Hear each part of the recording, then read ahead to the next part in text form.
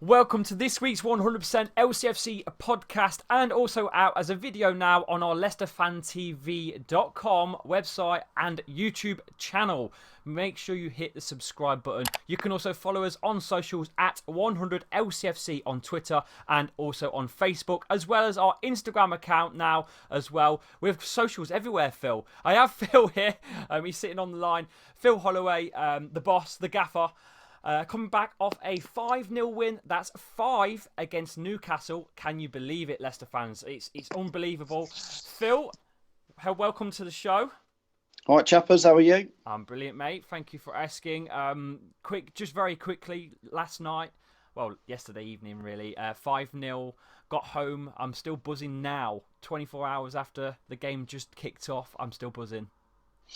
Yeah, it was good, wasn't it? I mean, Leicester were in very, very good form and grew and got stronger during the game. And you could say the exact opposite for Newcastle, sadly. They started off quite brightly and looked perhaps more likely to score in that first 15, 20 minutes. But boy, did they drop off. Yeah, they did drop off, mate. But this week's episode isn't about last week's news. It's about this week's news. Liverpool at the weekend, Phil, and we could be the team to finally knock them off their pedestal, so to speak. Yeah, I think they're 7 unbeaten this season, aren't they, Lee? And I think, is it 14 on the trot? They've gone undefeated, something like that for Liverpool. It's ridiculous. Their form is unbelievable. I believe they've got 7 wins in this season so far on the bounce, which is, I think, a Premier League record coming up to the weekend if we don't beat them. It's a great time to play them, Lee, because at some point that record's got to come to an end, and most people will not fancy us to get much from Anfield. And we know that in the past, like last season, even when Liverpool were in that great form, we did go there and pick up a draw, and you could argue that was part of the reason they didn't win the Premier League last season. Yeah, I think it was neck and neck between them two all the way through, and they were probably, like you said, I think they were unlucky not to have won the league, to be fair. I think this season look like they will do it. I think this is going to be, quote unquote, their year.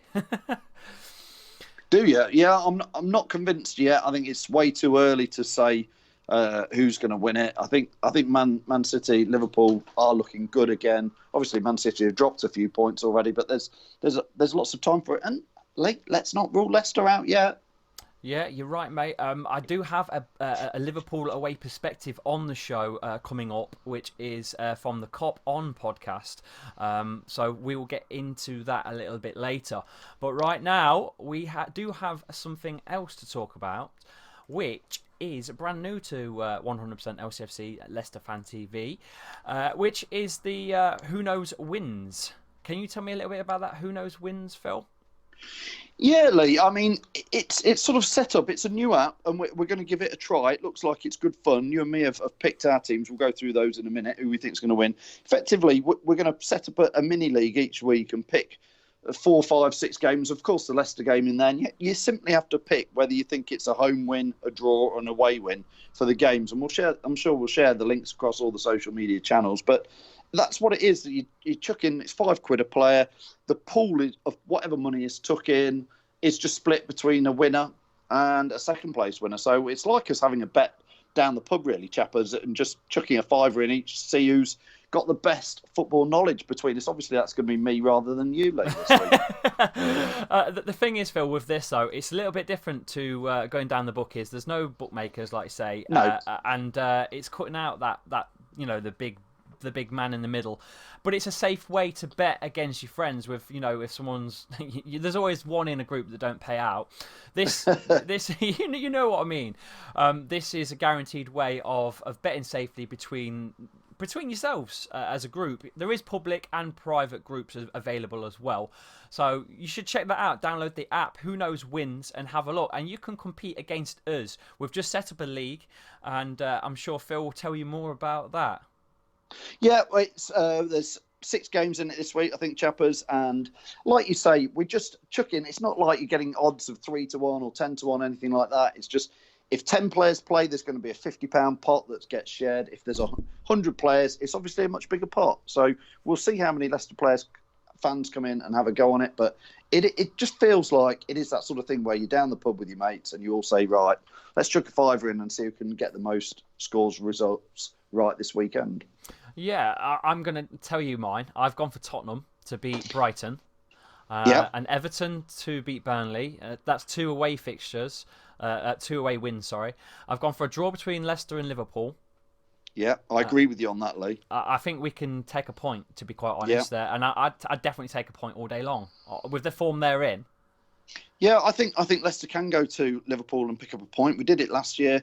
I've got half. I mean, I'm perhaps just half daydreaming, but I'd love us to win there, obviously. But I think we can get a point.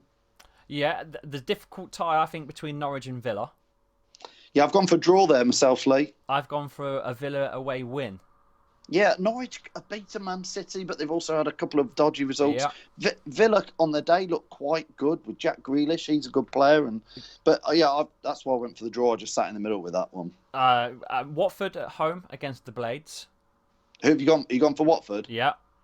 Have you? They look rubbish. I know. I've gone for Sheffield United, who look like they're playing with passion and heart and everything you want out of a team. They do, but I'm one of these that always drops one random, like on your accumulator where you chuck one in to boost the odds. I've done that. So you've gone for a Watford win. Well, they are at home, and again, I don't know. They just look like it's not happening for Watford this season. So I've gone for Sheffield United on that one. Okay, and West Ham United versus Palace. I've gone for West Ham home win. Yeah, I agree with you. I've gone for West Ham home win. They look like they could be our biggest rivals to get into that top. I'm going to say top 4 at the moment. They're looking up for it like Leicester are. I agree, mate. I completely agree. Do you think we will finish in the top 4, Phil, or is top 6 more of a certain than top 4? Before the season started, I'm like, look, if we can break into that top 6, that's a great season, especially if you can get well down into a cup final, maybe the League Cup or something like that. I'll tell you what, Lee, the more this season's opening out, Chelsea are mixed up. They're going to win some, lose some with that young team. Man United, God, they're not looking great. Arsenal's not looking great. There's definitely issues at Tottenham Hotspur, if you believe half what you read in the paper, between players falling out with managers and that at Spurs. I think it's wide open this season. Like you said earlier, Man City and Liverpool probably are going to be the 2 front runners that keep. I mean, they're already starting to edge away, but the positions 3, 4, 5, and 6, I think that's wide open. It certainly is, Phil.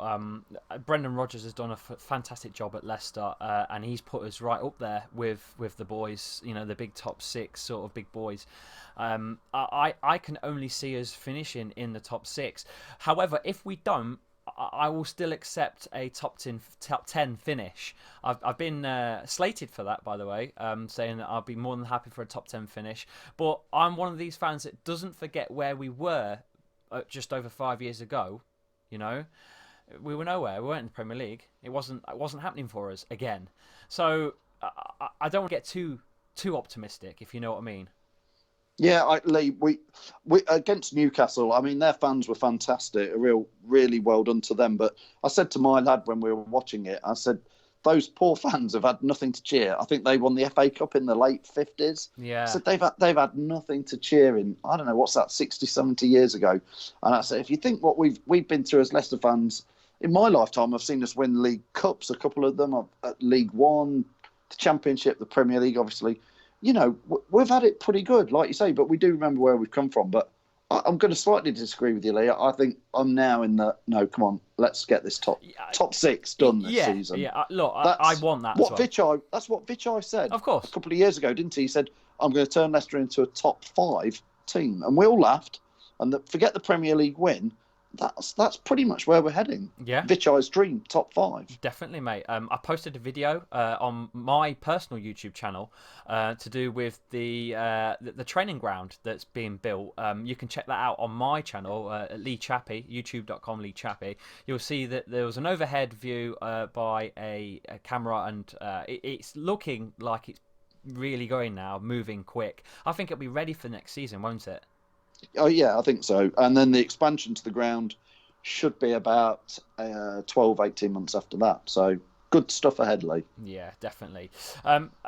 Yeah, like I said though, about who knows wins, it's a safe way of betting between your friends and I suppose your work colleagues as well. You could get involved, your work colleagues, and make a proper app with it. But the best part about this is you can join in with me and Phil and try and take some money off of us. They can rob us blindly if they think they're cleverer than us at football. And trust me, that to beat me, that's not hard. Believe me, me putting Watford in against the Blades is easy money for you guys. So jump in on this straight away. We'll drop some links into the description of the podcast, so you can find all about who knows wins in the description of the podcast and also the video as well. Thanks, Phil, for coming on today. Up next, we do have an away perspective, the Cop On podcast. I'll see you shortly. Okay, we're back on part 2 of this podcast. Make sure you hit the subscribe button on SoundCloud and iTunes, and you're also watching maybe on our new YouTube channel, Leicester Fan TV. You can visit our website at leicesterfantv.com. Like I said, we have an away perspective, and we have with us Owen from the Cop On podcast. Hello, Owen. Hi, Lee. How are you? Thanks for having me on. No, pleasure. We're sort of doing a cross channel right now, aren't we? We're doing this for your podcast, and we're doing it for ours as well. Indeed. So welcome as well to you to Cop On podcast. It's great to have you back. Brilliant. We've spoke. I think was it last season that we spoke? It was, yeah. And you went on to win the Champions of Europe. How was that? I mean, it was unbelievable. I mean, I got a bus. I live in Paris, and I got a bus 18 hours just to be in Madrid. I didn't have a ticket or anything, but I was just there soaking up the atmosphere. I knew it was going to be our year, and we all did. All of the Liverpool fans, we were full of confidence after that incredible Barcelona comeback. Our name was on the cup, and then Divock Origi again sealed it, and it was just a joyous thing. It's so nice to be the champions of Europe yet again. It's an incredible feeling. It's just unbelievable, and I think I can say this as a Leicester fan. I think that's one cup I just don't think we will ever really get our hands on, to be quite honest. I think it's just a little bit too far out of our depth, but you never know. You never know. Would you have said that about the Premier League about 10 years ago, maybe? You know? Exactly. Well, funny that we've actually won the Premier League, and you guys, I know you've won the league itself, but you've not won it since it's turned into the Premier League. Let's talk about that a second. I've got a question for you. Do you think this is your year to win the Premier League? Well, my heart says yes, and my head says yes. And there are other, more unspeakable parts of my body that also say yes. Because, I mean, we've been getting closer and closer under Jurgen Klopp and making giant strides every season. And I think, it's still early doors. I mean, we normally don't count the league table until 10 games in. It's only 7 games in. But, I think everything's aligning. I do think Man City are marginally weaker this season than they were last season, just marginally, having lost company and then the horrible injuries that they've got. And I think that Liverpool are getting stronger, even though we kept the same team. Our morale is sky high after being European champions, and now we're playing like champions and we're having the luck of champions. So yeah, basically yes, absolutely. So you're feeling it. And speaking of the Premier League, what do you make of Leicester City's starts so far? I mean, third in the table, it's great, right? Unbelievable. I do think we owe a lot to not just Brendan Rodgers being brought in, but the owners for getting over what happened last year with the tragedy that happened with Vishai, bless him. That could have really impacted the club, but his son is just...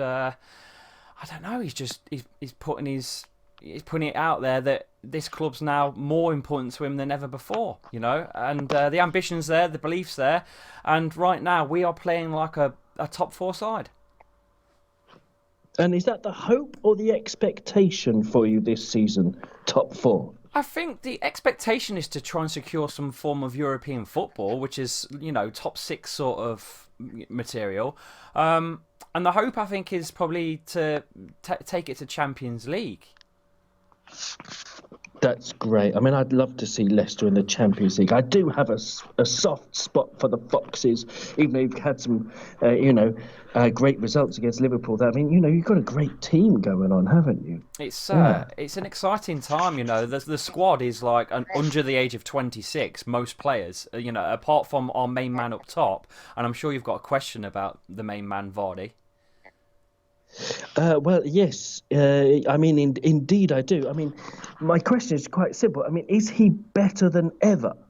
Yeah, well, you only need to look at what was put out in the news not too long ago. Jamie Vardy is currently fitter than he's ever been in his career. He has the lowest heart rate he's ever had in his footballing career, ever. That's really interesting. Is he still drinking port before the match? Brilliant. No, I don't think so. Well, maybe that's it. That's why he's kicked in the booze, and he's feeling healthy. But I do think that maybe retiring from England international duty has helped maybe prolong his level that he's at right now. Because I thought maybe he'd be on the decline by now, but I don't think he's going to be on the decline until probably at least another year and a half, maybe pushing 2 seasons.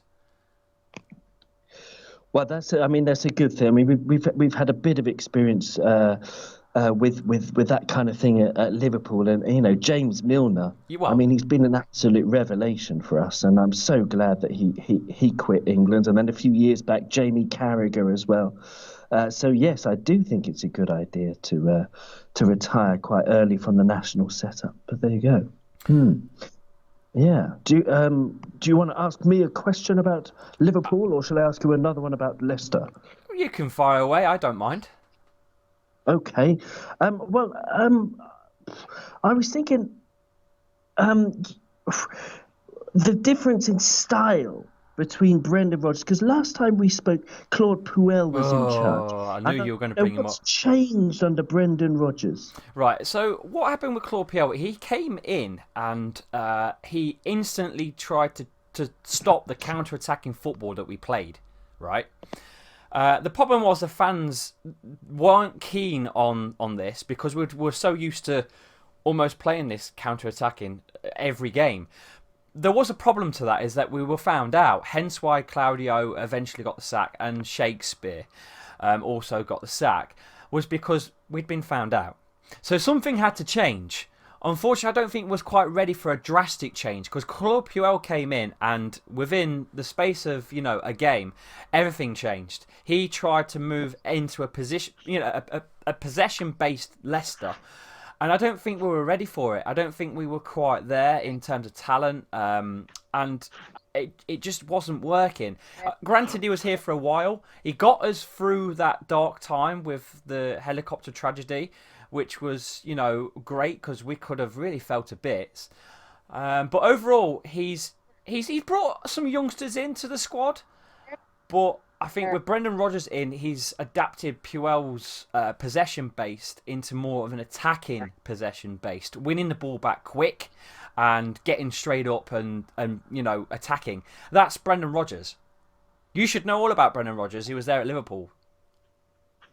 Yeah. I mean, Brendan Rodgers, he divides opinion amongst Liverpool fans. Really? A little bit, because his record was, a perfect bell curve. It was quite bad at the start. He took over at the start of the 2012 season, and 2012-13 we got 61 points. And his last full season was 14-15 with us, and he ended up with 62 points. And in the middle was that incredible season where, we almost won the league. And that's what I remember him for, are those wonderful memories, like being 4-0 up against Arsenal within, after 18 minutes of the match. And there were just some great memories of Suarez every week. Ignore the fact that you probably wouldn't invite him round to a barbecue. But he was an unbelievable player, and as good as he's been for Barcelona, he was just as good, if not even better, for Liverpool. So I think amongst the Liverpool fans, there are some who will just remember the end, which was very ugly, because and I hope this doesn't happen to Leicester. Is that his disastrous record really in the transfer market in retrospect? He signed 33 players in total for Liverpool. Wow. And just in the summer of 2014, after Suarez left, he signed, just off the top of my head, to replace Luis Suarez, he signed Ricky Lambert, Balotelli. We know how that went down, don't we? Markovic, Adam Lallana, who hasn't, really set the world on fire, unfortunately, as a Liverpool player.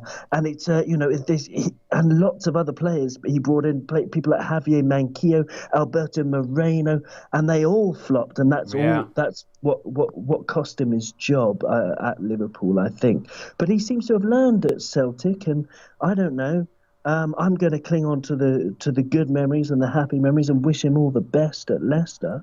Yeah, do you think leaving Celtic to Leicester was a step up for him or a step down? I'm just curious because the Celtic fans were taking the mick that he, was taking a step down, but we don't see it that way at all. We think the Premier League is far superior to the Scottish League, and it's far more of a challenge. And I think Leicester, although historically probably not as big as Celtic because of their, they've been in the Champions League God knows how many times, but I think it's easier for them to get in the Champions League than us.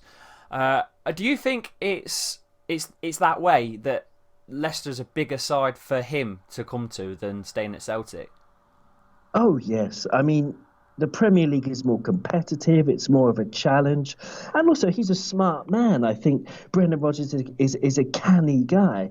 And he could see the great potential that Leicester had. And, I mean, what is there to play for in Scotland? Exactly. I mean, I respect, Scottish football, and Scottish fan friends that I have. But, it's just not the Premier League, is it? 10 in a row or I don't know, don't win 10 in a row. Yeah. That's it. That's a Celtic No, but manager. it's true, isn't it?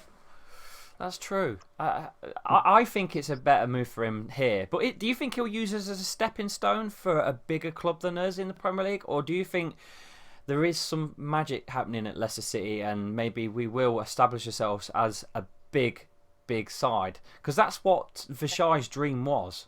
5 years ago, he said that Leicester were going to be a big six side. Oh, I think you can, with the squad you've got compared to the competition, this season. I mean, I do think Liverpool and Man City are out on a league of their own, but yeah. It wouldn't surprise me at all to see Leicester finish third this season. Which would be great. I'd take that all day long. Yeah, I mean, you could be the best of the rest. And then, going forward, what you've got now is a great mix of experience and youth, right? I mean, You've got, wonderful experienced players who still remember the league-winning campaign, and then wonderful youngsters.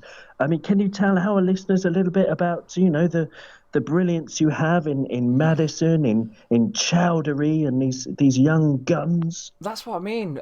Leicester have become this the old Manchester United, where they had like English talent coming through to really play for England.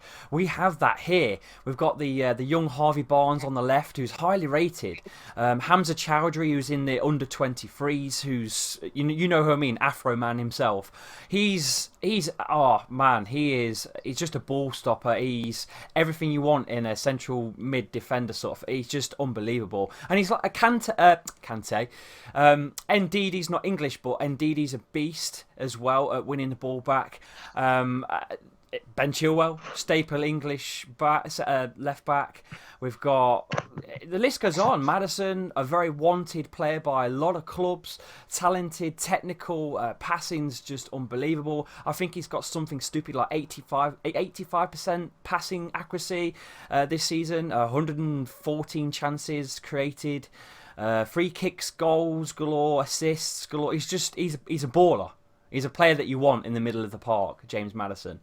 And then you've got Yuri Tillemans, the man that got away from some of the bigger boys. Why the hell didn't they sign him? The Belgium superstar. Yeah, he looks really exciting, doesn't he? Absolutely. And you've got the right back on as well. You've got Ricardo Pereira, don't forget him. He was an absolute amazing player yesterday. He was just unbelievable. He was the perfect winger. It wasn't just a right back. He was just the perfect player down that wing. Cut inside and got his goal. Worked hard all game. He was an absolute machine. Ricardo Pereira, and he came from Porto, and the Porto fans were messaging me because I've met them through Champions League stuff, and they're saying, you've got one of our best players there, enjoy. And they weren't wrong. He's fabulous. Totally. And on the other side, Ben Chilwell. Yeah, like I say, Ben Chilwell's a staple English left back. I think that's done him the world of good. I think he's maturing very quick for his young age. And I think maybe with Christian Fuchs, maybe giving him, a shoulder rub, giving him some experience as well. Because don't forget, Fuchs is still in the squad. He can only get better as well, Ben Chilwell, for me. Well, yeah, I mean, it's going to be great to see these players get, grow and get better under Brendan Rodgers. I do think he is a very, very good coach. But if you were Jurgen Klopp and Liverpool and you were analysing the Leicester team, would there be any weaknesses, in your opinion, that you think we could exploit? Yes, definitely. In the air. I think without Harry Maguire, the £80 million most world expensive defender of all time. Thanks for the 80 million, Man United fans. Cheers. That paid for the new state of the art training facility, which you can check on my own YouTube channel, by the way. Search for youtube.com Lee Chappy. That's on there. It's a great looking set that the Leicester owners are putting in. That will be ready for the next season, by the way. And the £80 million really paid for that, I suppose. We could afford it, but I'm just saying, getting rid of Slabhead paid for that. But without Harry Maguire in the squad, we are, I think, weak at the back and set pieces in the air, both forwards and back. Without Harry Maguire, we don't seem to have a key man in the air. Wow. Okay, so that's interesting. Yeah. As for Liverpool, I mean, you did send me a couple of questions before, and you asked us if we have any weaknesses. That's right. And when we organise podcasts, we do podcasts, we want people to expand upon their answers as much as possible. But the answer to do we have any weaknesses is no. No.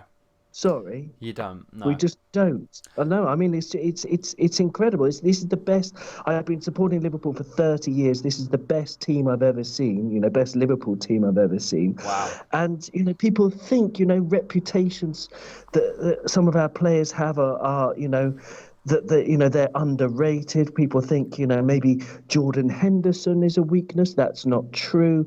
Joel Matip is not true. Maybe Trent Alexander-Arnold, if you attack him, it's not true.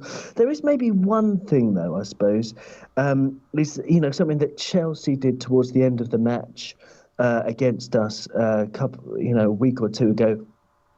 Which we ended up winning, but we were under the cosh for the last 20-25 minutes because they managed to outnumber us in midfield. They outnumbered us.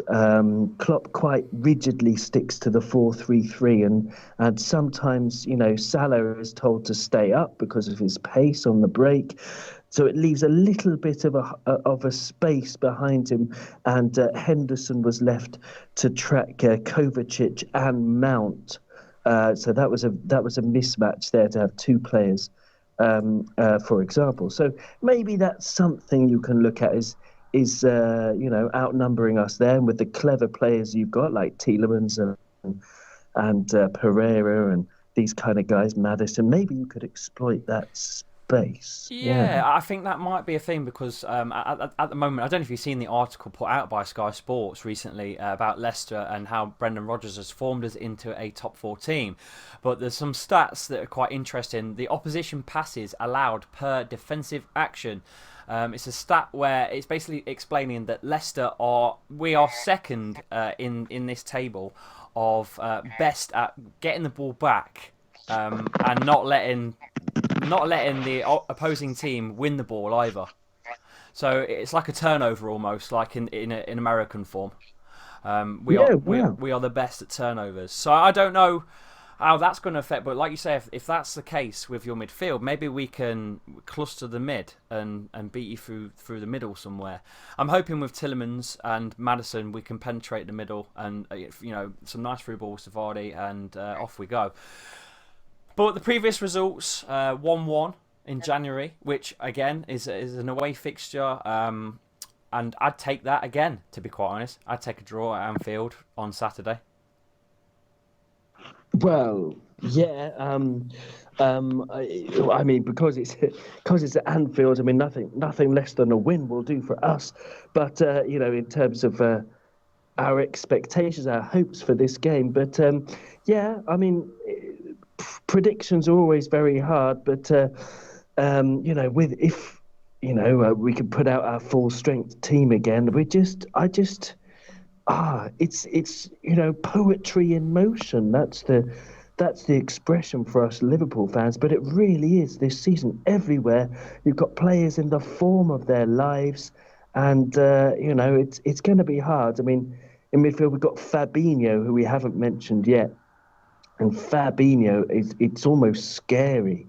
How he can dominate a match, just one guy in that number 6 role. I mean, his passing is not just sideways and backwards. He's got the full range of passes, and he's just really clever. He pulls players down. The fouls when he needs to. He's tough. He puts in great tackles. He's amazing. So yes, I'm hoping that we can sort of outmuscle you with the brilliance of Henderson and Wijnaldum as well, alongside Fabinho. But yeah, it's going to be a cracker of a match. I think it's going to be one. Apart from the Man City Liverpool game, I think it's going to be one where everyone's going to have their eyes on it. I think, to be quite honest. Totally. Do you have a score prediction? A score prediction. I'm going to go with a cracking match. I'm going to go 3-2 to Liverpool. Ooh. What about you? Yeah, I was going to say sort of similar. I'm thinking a high-scoring game, 2-2 or 3-3. I'm going for. Okay, nobody getting the winner. Okay, that's what I fancy anyway. Yeah. Fair enough. And for the whole season, you're gonna break the top 4. Then you're gonna get into the Champions League again. Right now, there just doesn't seem to be any reason not to. Man United are not performing, though they do play. They're going to be playing tonight, as of this podcast recording just before it. So you don't know. They might beat Arsenal. They might not. Who knows? But right now, Man United are out of it for me, and I think we're better right now than Spurs, and I think we're probably just better than Arsenal as well for me. And not better than Chelsea as well. Chelsea's a difficult one because of the way they played against us, and the result. It didn't obviously go our way. It was a draw, but. Chelsea's an interesting one because they can't really sign any new players, but what they do have is a very, very, very good mid with N'Golo Kante in the middle, which we know about being obviously an ex-Leicester player. I think if we had N'Golo Kante instead of maybe someone like Hamza Chowdhury, I'd say we're probably better than Chelsea, but no, I think they're probably the only other team I think that would take our top 4 spot. Well, okay. I mean, there's not much in it, but I'm inclined to slightly disagree with you there because I think Chelsea's defence is very rocky, and even though you have as you say, the mercurial Kante doing his best to put out fires everywhere. Azpilicueta is finished. I don't know if anybody's noticed this, but he's not the player he was, and he was such a good player. I don't think he's that good anymore. Otherwise in defence, I don't know. Zuma's looks shaky. Christensen's shaky. The keeper, Kepa, the keeper, I put him on a level with Schmeichel. I mean, they're two very good goalkeepers, but one's a world records transfer, and I don't know how much did you get Kasper Schmeichel for? I think we paid about one. I think I posted a tweet out earlier with all the players that we've bought in and sold. I think Casper was like 1.2 million or something. Quite a while ago now. We're talking a long time Incredible. ago. But it's unbelievable the players that we have bought in and the profit so far. We've made in profit of 224 million euros on players since we've won the Premier League. That's incredible. Since winning the Premier League, wow. That's amazing. And Danny Drinkwater, that's Danny Drinkwater, for him. N'Golo Kante, Riyad Mahrez, and don't forget Harry Maguire as well. Who's next, though? That's the big worry for Leicester fans, is who's next. Who else is being, ticked on the shopping list by big clubs? That's what I want to know. Who would you sign out of the Liverpool team? Out of the Leicester team for Liverpool?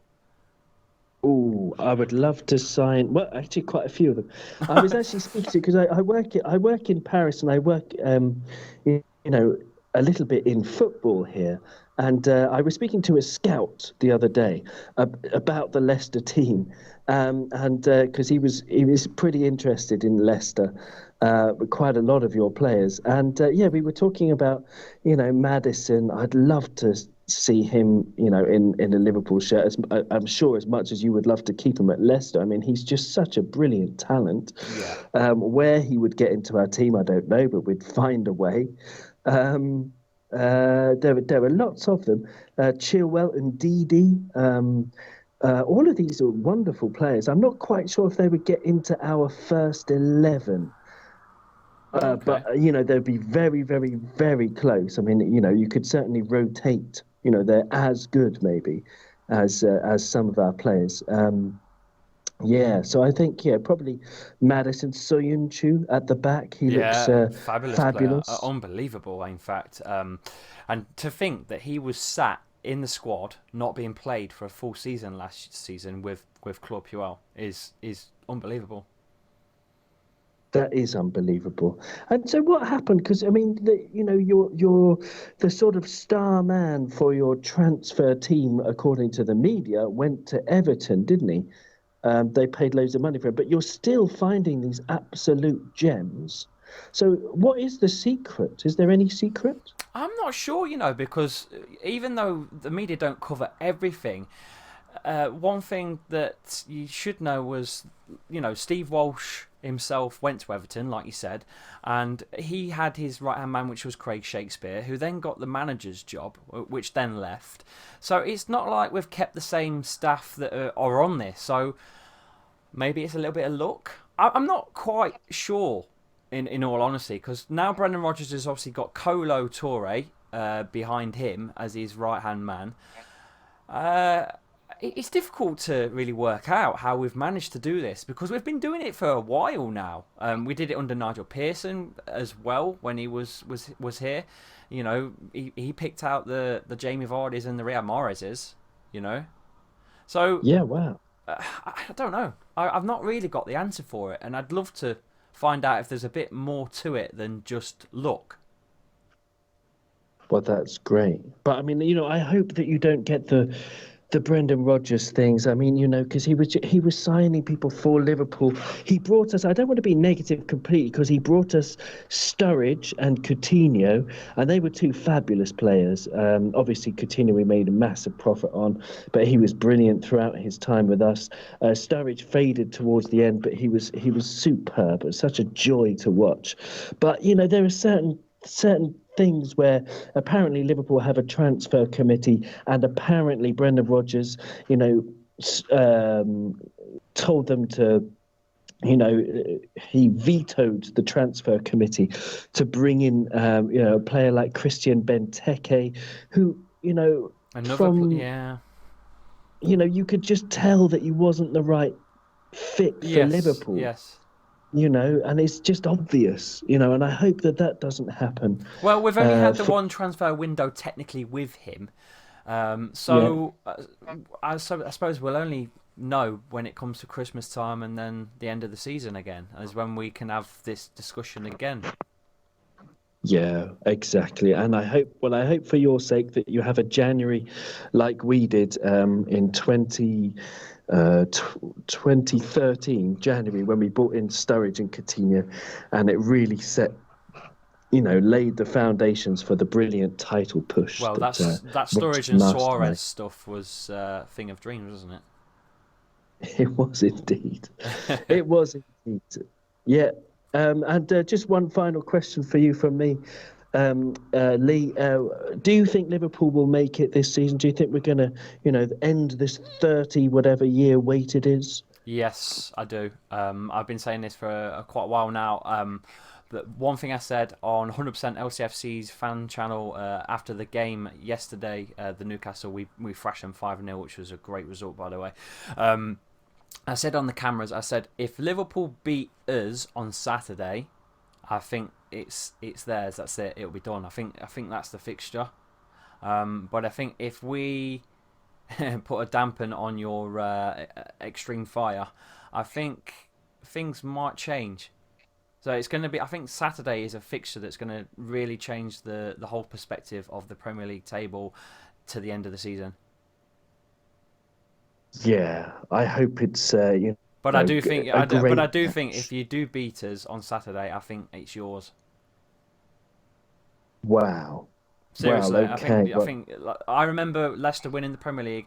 It was the fixture against Manchester City at the Etihad, 3-1. Riyad Mahrez flip-flap, took one player on, belted it past Joe Hart, and I knew from that moment, that fixture, we'd won the Premier League. I knew from that moment. And I think this Saturday is the same moment for you guys. I'm telling you, if you do beat us, I think you'll be talking about the Saturday fixture for a long time. Well, I hope so. I hope you're right. I mean, I was just thinking this morning how I tell my grandchildren about, our goal against Sheffield United on the weekend. But there you go. We can. I don't know. I'm gonna bore my grandchildren to tears about probably every single match in this whole campaign if we do actually finally make it. But thank you very much, Lee. I think that's pretty much all I've got time for. Yeah, and myself actually as well. Just going over now. But where could we find your content, Owen, and your social media handles? Well, yeah, so we're on Twitter at Cop On Podcast. Instagram is, more personal thing. If you want to see some photos and stuff, that's Cop On Podcast as well. And our podcast is available on all the usual apps, Spotify, iTunes, all that stuff. Just search for Cop On. Thank you very much, Lee. It's a LCFC, 100% LCFC. That's and right. Leicester Fan TV, is that right? That's correct. You can follow myself. I'm Lee_Chappy on Twitter. I'm verified. I'm classed as a channel reporter, apparently. We've got 100% LCFC, which is at 100 LCFC, and we have a website, leicesterfantv.com, and also a YouTube channel, so you can check that out at Leicester Fan TV, or my own personal as well. I'm on Instagram as well. You just search Lee Chappy, you'll find me. That's absolutely fabulous. Thank you very much, Lee. Thank you for having me on as well, and good luck. Yeah, may the best team win. Yeah, I'll speak to you soon. Thanks, man. And that's it from me for this week on the 100% LCFC podcast, Leicester Fan TV YouTube channel. Make sure you hit the subscribe button on iTunes, SoundCloud, and also on